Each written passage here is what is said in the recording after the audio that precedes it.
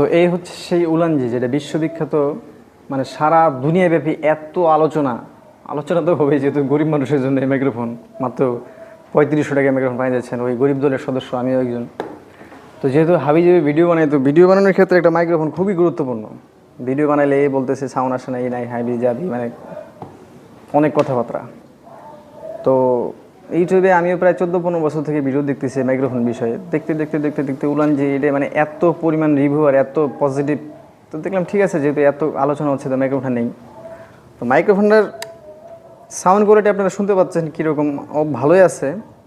সাথে মানে একটা রিসিভার, একটা ডিএসএলআর ক্যামেরার সাথে আপনি অ্যাড করতে পারবেন, প্লাস মানে নয়েজ ক্যান্সেলেশন মোটামুটি ভালোই আছে।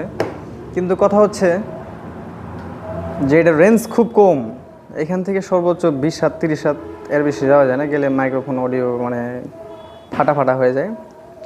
তো এতক্ষণ আমরা যে বকবকটা করলাম এখানে রুমের ভিতরে, আমার কিন্তু ফ্যান চলতেছে, তুমি ফ্যানটা দেখো একটু।